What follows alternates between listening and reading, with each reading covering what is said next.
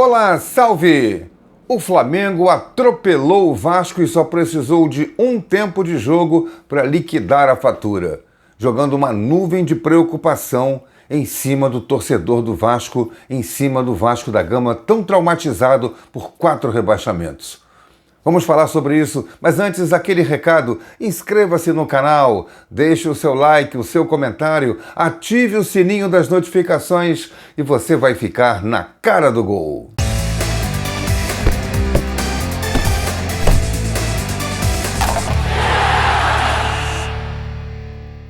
O placar de 4-1, vitória do Flamengo sobre o Vasco no Maracanã, retrata bem a diferença de um time para outro.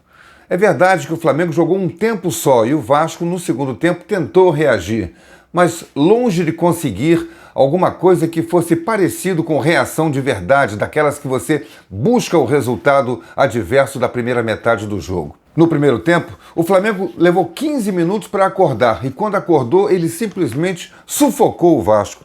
O primeiro gol do Flamengo foi marcado aos 14 minutos, numa jogada em que o Vasco tentava sair jogando, os jogadores se atrapalham, o zagueiro Miranda com o atacante Orelhano tentando sair jogando, perdem a bola e ela vai nos pés então do Arrascaeta, que tenta um drible, mas a bola sobra para o Pulgar acertar um chute espetacular lá no ângulo indefensável.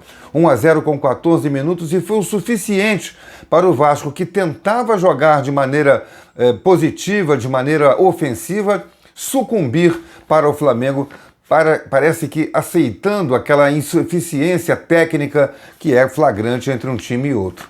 E aos 16 minutos sai o segundo gol do Flamengo. Arrascaeta faz um cruzamento e o Gerson vem de trás. Ninguém acompanha a penetração do meia do Flamengo e cabeceia de maneira certeira, fazendo 2-0. Ainda dá para ver o Orelhano tentando chegar para fazer uma cobertura. Não era a função dele. O Vasco tinha 3 zagueiros, 2 volantes, e não é o jogador de ataque, Orelhano, que tem que vir fazer a cobertura numa jogada de bola correndo. Não tinha nem mesmo uma bola parada para que alguém tivesse que recuar do ataque para ajudar na defesa. Ali ficou demonstrada a bagunça que estava instalada na armação tática do time do Vasco. Nada funcionou. Desde o primeiro minuto, deu para perceber que o Vasco ia tentar jogar com lançamentos para os pontas, principalmente para o Orelhano do lado direito, com o Alex Teixeira usando mais o lado esquerdo, não a ponta, com o Piton precisando avançar, mas nada funcionou, ficou tudo na teoria. E olha que antes do jogo, o técnico Barbieri disse que o Vasco teria que demonstrar intensidade, vontade de ganhar, e não foi o que aconteceu. E os gols do Flamengo foram acontecendo. É verdade que teve uma bola na trave aos 29 minutos que talvez pudesse ter mudado um pouco o ânimo da partida. Pedro Raul acertou a trave num erro de saída de bola do time do Flamengo. Mas um minuto depois, aos 30, Arrascaeta também acertou a trave. E aos 41 sai o terceiro gol, que foi a pá de cal em cima do time do Vasco. Uma jogada do Matheus França pela esquerda. Ele passa fácil pelo Puma, incrível a facilidade com que ele encontrou contra o adversário. Tocou para o lado, o Ayrton Lucas bateu, ela passa embaixo da perna do Capasso, um zagueiro absolutamente sem condição até agora. Se ele joga só isso, ele não demonstrou a menor capacidade de jogar em nenhum time brasileiro de ponta. E veio bem recomendado. Mas a bola passa embaixo das pernas dele, raspa no pé do Pedro e vai para o gol, 3-0. O juiz deu gol para o Pedro, mas a bola nem desviou.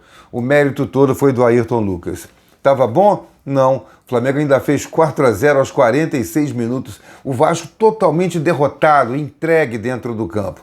O Gerson dá da sua própria intermediária um lançamento pelo alto, quase que um balão, mas foi um lançamento pensado, dá para perceber isso. E o Ayrton Lucas dispara, o último homem era o Galarça, ele deixa o Galarça sentado, dribla o goleiro e faz o 4-0 para o Flamengo. E antes que o primeiro tempo acabasse, quase sai o 5º gol, evitado pelo goleiro Léo Jardim num chute do Gerson, que depois o Léo Pelé afastou jogando para fora.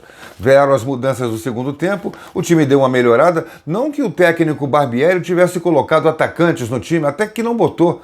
Era jogo para o PEC voltar logo no início do segundo tempo. Barbieri colocou 2 jogadores, mas não fez alterações que tornassem o time ofensivo, apenas mais combativo no meio do campo. Talvez a tal combatividade que ele tinha preconizado no início e que não aconteceu no primeiro tempo. Colocou o Barros para brigar ali pela posse da bola e o Matheus Carvalho, que esse sim entrou muito bem e começou a construir alguma coisa, até com lançamentos. Botou uma bola na cabeça do Piton que podia ter resultado em gol. O Vasco faz 4-1, né, com um lance de pênalti. Pênalti até duvidoso, mas como já estava 4-0, na dúvida o VAR chamou, o juiz deu também uma falta do Gerson, um toque do Gerson no Jair, já na linha de fundo, o Jair cai, o juiz dá o pênalti. E aí ficou aquela dúvida, será que o Pedro Raul vai bater? Não, Jair pegou a bola e bateu muito bem, bola no canto, o goleiro no outro, 4-1 com 12 minutos. Era um sintoma de reação? Talvez. Mas o Vasco ainda assim não conseguiu pressionar o Flamengo. O Flamengo gastou a bola, tocou o máximo que pôde, se retraiu, fez a marcação de 2 linhas de 4 jogadores, uma de 4 e uma de 5, para tirar os espaços do Vasco, e foram poucas as oportunidades que surgiram daí para frente. O PEC só foi entrar aos 39 minutos do segundo tempo. Não sei se aconteceu alguma coisa disciplinar com ele lá, às vezes essas coisas acontecem e não chegam ao conhecimento da imprensa e do torcedor. Mas ele entrar num time que está jogando de maneira tão indigente e ele sendo até então o melhor jogador do Vasco, praticamente não dá para acreditar. Mas foi isso que aconteceu e o Vasco perdeu de 4-1. Se vai continuar o trabalho do técnico do Vasco, os próximos dias ou as próximas horas vão dizer. Mas o fato é que o time joga cada vez pior. E olha que começou o Campeonato Brasileiro jogando bem, defensivamente, mas bem arrumado, ganhou do Atlético Mineiro, empatou com o Palmeiras, parecia um começo de campeonato promissor do Vasco. E hoje o time está nas últimas posições, amargando a zona de rebaixamento. Jogando sobre a torcida, mais uma vez aquele fantasma do rebaixamento que nenhum torcedor do Vasco aguenta mais. Aquele recado, inscreva-se no nosso canal, chame seus amigos, os seus colegas de trabalho, da escola, os amigos da família, ative o sininho das notificações e você vai ficar na cara do gol.